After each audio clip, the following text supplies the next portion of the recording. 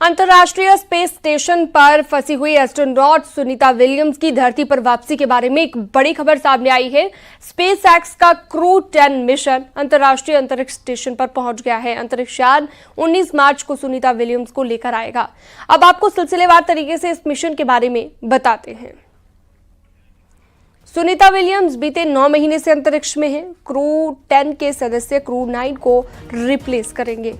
Sunita Williams के साथ अमेरिकी वैज्ञानिक बुच विलमोर भी वहां पर मौजूद हैं। शुरुआती समय में मिशन का टाइम फ्रेम 8 दिन का था, लेकिन स्पेस क्राफ्ट में खराबी के चलते सुनीता विलियम्स वहां पर फंस गई और अब कई महीने बीत चुके हैं।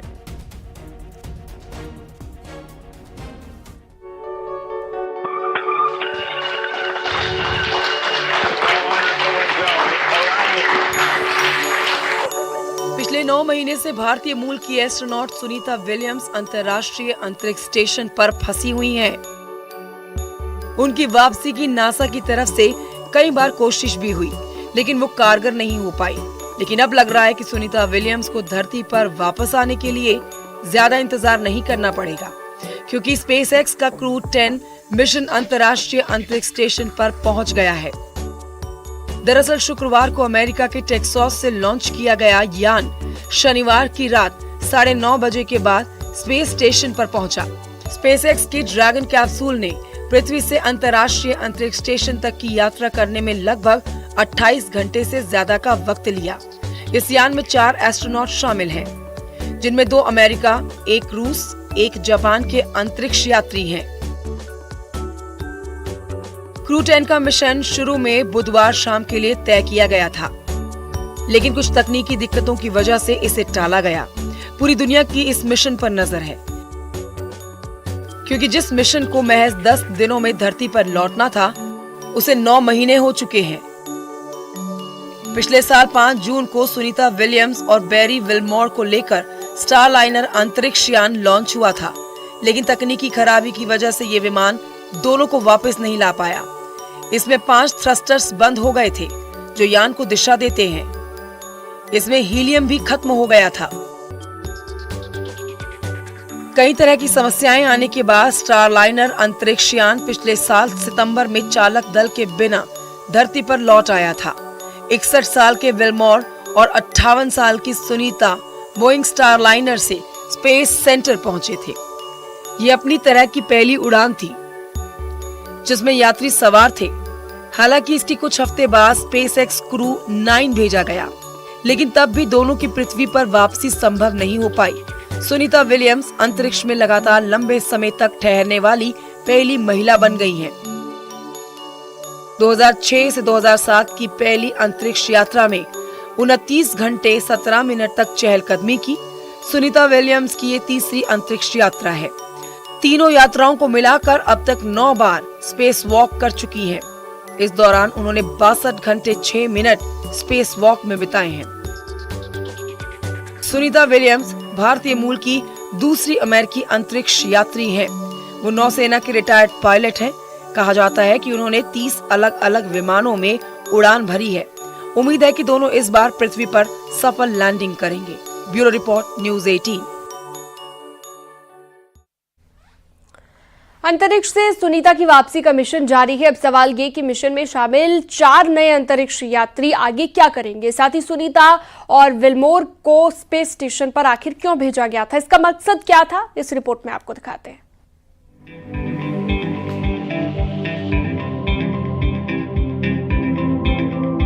9 महीने से अंतरिक्ष में मौजूद सुनीता विलियम्स और बुच विलमोर जल्द ही धरती पर लौटने वाले हैं। उनकी वापसी के लिए नासा का क्रू 10 मिशन अंतर्राष्ट्रीय अंतरिक्ष स्टेशन पर पहुंच चुका है। ये मिशन फ्लोरिडा के कैनेडी स्पेस सेंटर से लॉन्च किया गया था, जिसमें 4 नए अंतरिक्ष यात्री शामिल हैं। इन यात्रियों का काम स्टेशन पर वैज्ञानिक प्रयोगों को आगे बढ़ाना और पुराने क्रू को बदलना होगा।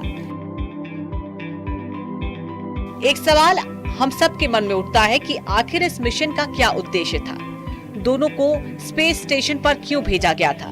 दरअसल सुनीता और बुच विलमोर बोइंग और नासा के joint crew flight test mission पर गए थे। इस मिशन का मुख्य उद्देश्य स्पेस क्राफ्ट की एस्ट्रोनॉट्स को स्पेस स्टेशन तक लेकर वापस लाने की क्षमता साबित करना था। एस्ट्रोनॉट्स को स्पेस स्टेशन पर 8 दिन में रिसर्च और कई एक्सपेरिमेंट भी करने थे। इस मिशन के दौरान उन्हें स्पेस क्राफ्ट को मैनुअली भी उड़ाना था। फ्लाइट टेस्ट से जुड़े कई तरह के ऑब्जेक्टिव को भी पूरे करने थे। इस मिशन में सुनीता स्पेस क्राफ्ट की पायलट थी। उनके साथ गए बुच विल्मोर इस मिशन के कमांडर थे। दोनों को इंटरनेशनल स्पेस सेंटर में 8 दिन रुकने के बाद वापस पृथ्वी पर आना था। लॉन्च के समय Boeing defence space and security के प्रेसिडेंट और सीईओ टेड कोलबर्ट ने इसे स्पेस रिसर्च के नए युग की शानदार शुरुआत बताया था। सुनीता और विल्मोर पहले एस्ट्रोनॉट हैं जो एटलस वी रॉकेट के जरिए स्पेस ट्रैवल पर भेजे गए। बताया तो ये भी जा रहा है कि धरती पर लौटने के बाद सुनीता और बुच विल्मोर बोइंग के शरीर में कुछ बदलाव आ सकते हैं। उन्हें वापस जमीन में चलने में थोड़ी असुविधा का सामना करना पड़ सकता है। दोनों अंतरिक्ष में 9 महीने बिता चुके हैं। ऐसे में पृथ्वी की ग्रेविटी से तालमेल बिठाना उनके लिए आसान नहीं है। नासा के पूर्व अंतरिक्ष यात्री लेराय चियाओ ने इसको लेकर कहा है कि ऐसा इसलिए होता है क्योंकि आप संतुलन नहीं बना पाते हैं। Bureau report, news 18।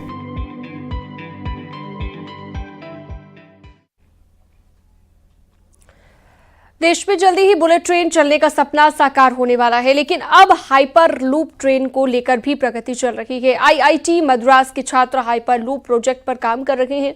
रेल मंत्री अश्विनी वैष्णव ने उस ट्यूब का निरीक्षण किया है जहां पर 1000 किलोमीटर की रफ्तार से ट्रेन चलाने का दावा किया जा रहा है।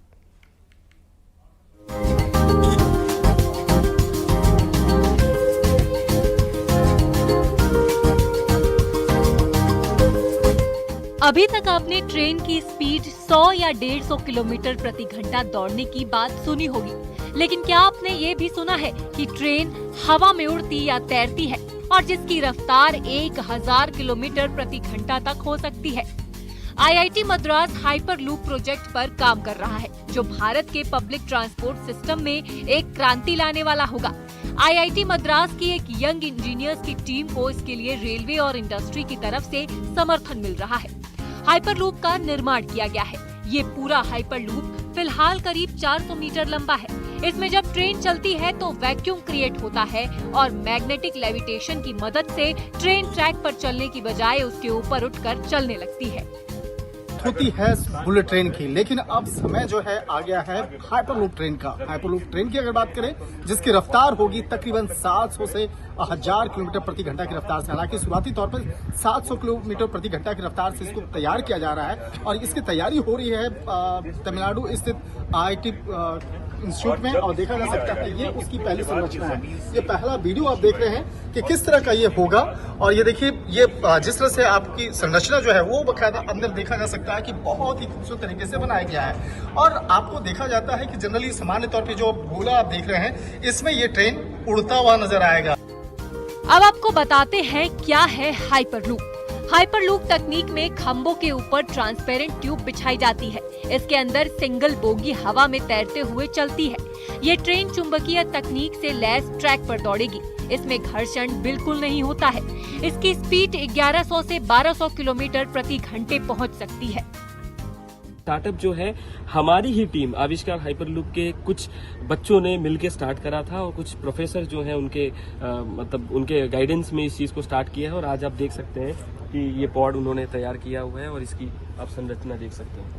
यहाँ तक ये जो आप ट्रैक देख रहे हो, इस ट्रैक को भी हम उनके मतलब उन सभी के कोलैबोरेशन में आपने देखा होगा, अलग अलग जगह पे अलग अलग जो आइडेंटिटीज हैं उनके आप लोगोज देख सकते हैं। जैसे आविष्कार हाइपरलूप लिखा होगा, इंडियन रेलवेज लिखा होगा, ट्यूटर हाइपरलूप सामने पीछे देखें यहाँ पे है। हाँ, सो बेसिकली ये इस वजह से है क्योंकि इन सभी के कोलैबोरेशन से मिलजुल के ये कार्य किया गया। ये प्रोजेक्ट का अभी ट्रायल स्टेज है। ट्रायल के बाद इसका विस्तार किया जाएगा। केंद्रीय मंत्री अश्विनी वैष्णव इस प्रोजेक्ट के लोकेशन पर पहुंचे। उन्होंने इंजीनियरों की मेहनत की सराहना भी की। यहाँ पर आईआईटी मद्रास में एक यंग इंजीनियर्स की टीम है, उसको रेलवे की तरफ से और इंडस्ट्री की तरफ से सपोर्ट किया जा रहा है जिससे कि नए तरह के एक्सपेरिमेंट्स हो सके। ये पूरा हाइपरलूप जो बनाया है 410 मीटर्स का ये पॉड है। ये पॉड इसके अंदर चलता है और वैक्यूम जब क्रिएट हो जाएगा तो ये पॉड मैग्नेटिक लेविटेशन यानी ट्रैक के ऊपर नहीं चलेगा, ट्रैक से ऊपर उठ के ये सोलर पावर से चलेगी। बिजली के कम खर्च के साथ प्रदूषण भी नहीं होता। साल 2026 तक इसका ट्रायल चलेगा। अनुमान है कि साल 2030 में इसमें सफर भी किया जा सकता है। न्यूज़ 18 के लिए शंकर आनंद की रिपोर्ट। पहाड़ों पर मौसम पूरी तरह बदल चुका है। जम्मू कश्मीर से लेकर उत्तराखंड के पहाड़ी राज्यों पर जहां पर बर्फबारी लगातार हो रही है, उत्तराखंड के कई पहाड़ी जिलों पर दरअसल बर्फबारी हो रही है और बर्फबारी होने से ऊंचाई वाले इलाकों में मुश्किलें बढ़ गई हैं। ये रिपोर्ट देखिए।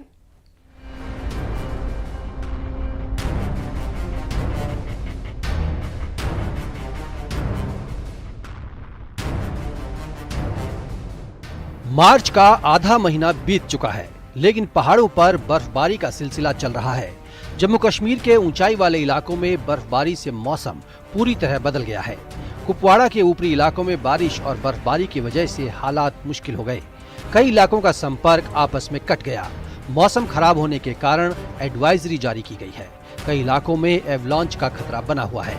प्रशासन ने ऊपरी इलाकों में 17 मार्च को स्कूल बंद करने के निर्देश दिए। साथ ही सीमावर्ती इलाकों में लोगों को आवाजाही सीमित रखने की सलाह दी। सोनमर्ग से आई इन तस्वीरों को देखिए, जहां तक नजर जाएगी बस बर्फ ही दिखेगी। बर्फबारी से कई रास्ते बंद हैं, जिससे आवाजाही में दिक्कत आ रही है।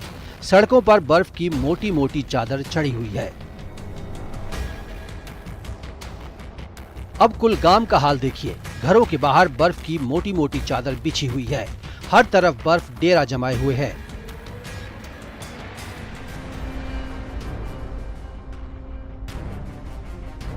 पुलवामा में भी हिम वर्षा देखने को मिल रही है। लगातार बारिश और बर्फबारी की वजह से पुलवामा की नदी और नहरों में भी पानी बढ़ गया है। किश्तवाड़ के ऊपरी इलाकों में बर्फबारी हुई है। किश्तवाड़ के अलीहे गांधारी गांव में एवलांच आया। 3 घरों को नुकसान पहुंचा है। राजौरी में पिछले 2 दिनों से बर्फबारी और बारिश देखने को मिली, जिसके चलते गेहूं की फसल और सब्जियों को नुकसान हो रहा है। वहीं उत्तराखंड के ऊंचाई वाले इलाकों में भी बर्फबारी हो रही है। बद्रीनाथ धाम में जमकर बर्फबारी हुई। यहां करीब 2 फीट से ज्यादा बर्फबारी हो चुकी है। शुक्रवार रात से ही हिमवर्षा हो रही थी, जो शनिवार दिन भर भी जारी रही। मंदिर परिसर से लेकर सिंह द्वार और तप्त कुंड तक भारी बर्फबारी हुई। आगे भी बर्फबारी जारी रह सकती है।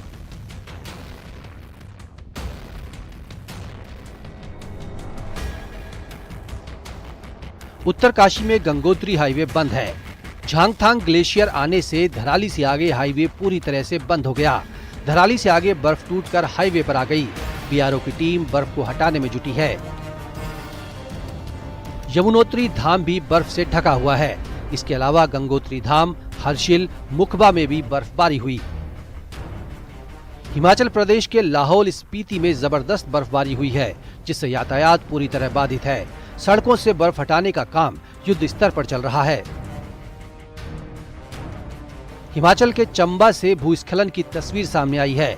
यहां एक पुल का बड़ा हिस्सा क्षतिग्रस्त हो गया। Bureau report, news 18।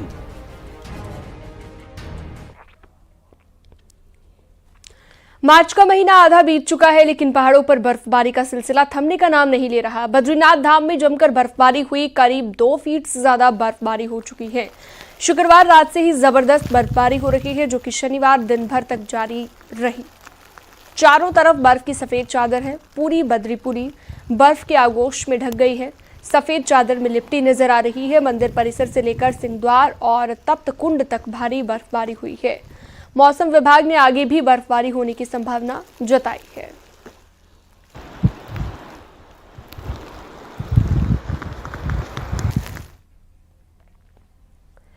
उत्तरकाशी में गंगोत्री हाईवे बंद है। झांगथांग ग्लेशियर आने से धराली से आगे हाईवे पूरी तरह से बंद हो गया है। धराली से आगे बर्फ टूटकर हाईवे पर आ गई है। वहीं बीआरओ की टीम बर्फ को हटाने में जुटी है, लेकिन बर्फ ज्यादा होने की वजह से सड़क को खोलने में समय लग सकता है। पहाड़ों पर कई जगह पर भारी बर्फबारी भी हुई है।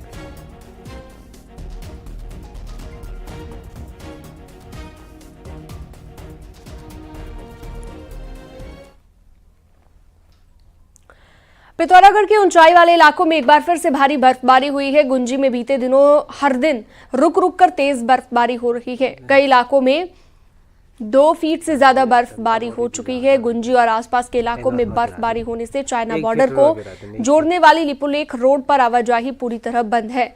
यहां पर व्यास घाटी के अलावा दारमा और मिलम घाटी में भी जमकर बर्फबारी हुई है।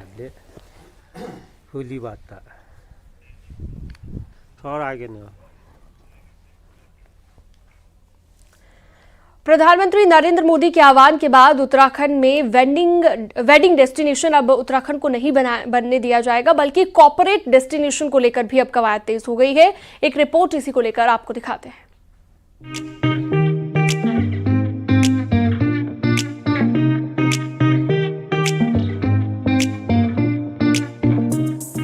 प्रधानमंत्री नरेंद्र मोदी ने दिसंबर 2023 में देहरादून में आयोजित ग्लोबल इन्वेस्टर समिट में देशवासियों से अपील की थी कि वो विदेशों में जाने के बजाय उत्तराखंड में जाकर शादी समारोह आयोजित करें।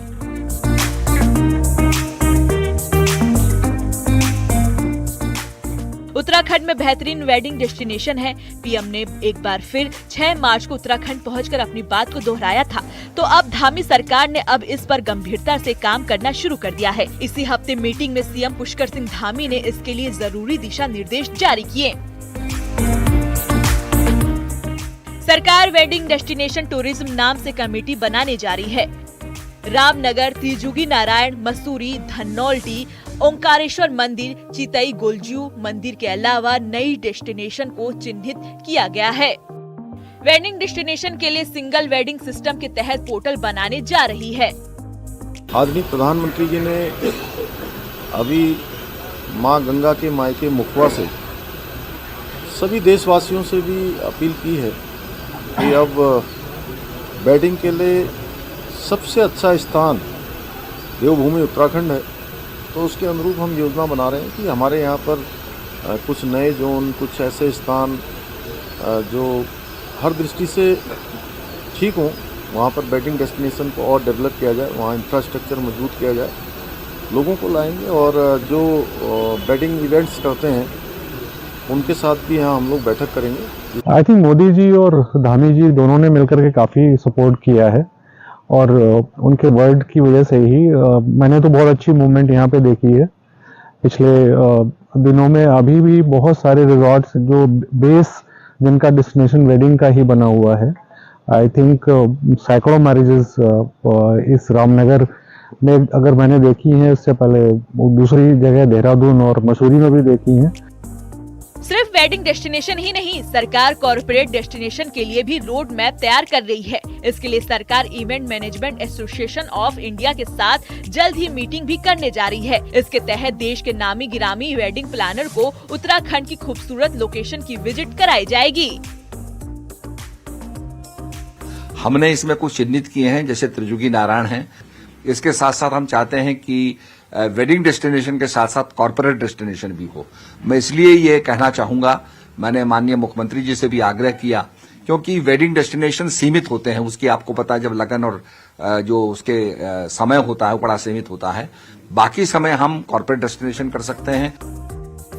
इसका पूरा जिम्मा पर्यटन विभाग को सौंपा गया है। पर्यटन विभाग युद्ध स्तर पर ड्राफ्टिंग के काम में जुटा हुआ है। सरकार का मानना है कि यदि उसने रोड, एयर कनेक्टिविटी जैसे बुनियादी ढांचे को मजबूत कर लिया तो ये राज्य की आर्थिक और रोजगार सृजन में माइलस्टोन साबित हो सकता है। रामनगर से गोविंद पाटनी के साथ देहरादून से सुनील नवप्रभात की रिपोर्ट।